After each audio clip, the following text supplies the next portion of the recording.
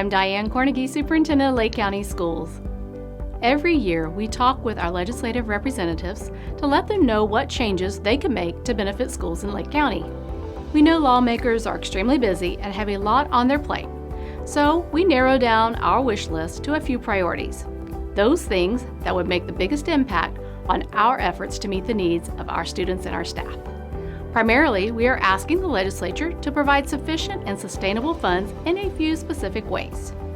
First, we are asking lawmakers to increase the funding compression allocation for school districts like ours that are funded below the statewide average.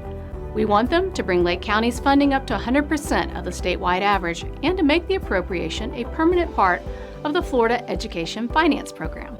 That's the funding formula adopted by the legislature to allocate funds to school districts. As it stands now, funding compression benefits some counties at the expense of others. Out of 67 school districts in Florida, Lake County ranks 60th in per student funding.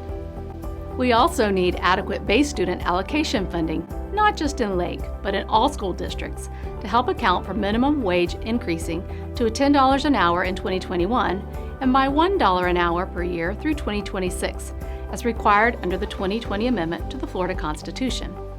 This additional funding would also help us offset underfunded categoricals, such as the increased contributions to the Florida retirement system. Those two changes alone would give us access to more unrestricted funding to address the needs of our district. But it's also important for lawmakers to invest in teachers by adding more money to the teacher salary increase allocation so we can maintain salary increases and address the impact of salary compression on school districts and our veteran teachers. Additionally, we are asking legislators to support our efforts to recruit and retain certified teachers. We are in the middle of a statewide teacher shortage, and that has a ripple effect on our district.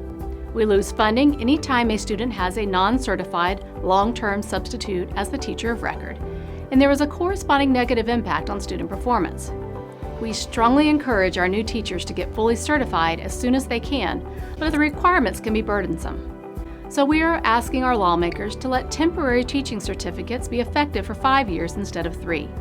We are also asking that they provide incentives or training development funds for content experts and current paraprofessionals who want to change careers and become teachers, which would help us get more teachers in classrooms in light of the current shortage.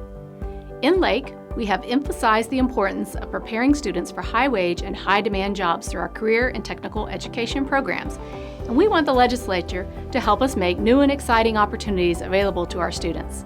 Specifically, we are asking our representatives to support an education appropriation in the amount of $300,000 for the establishment and expansion of aviation programs at East Ridge, Eustis, Lake Minneola, Leesburg, and South Lake High Schools.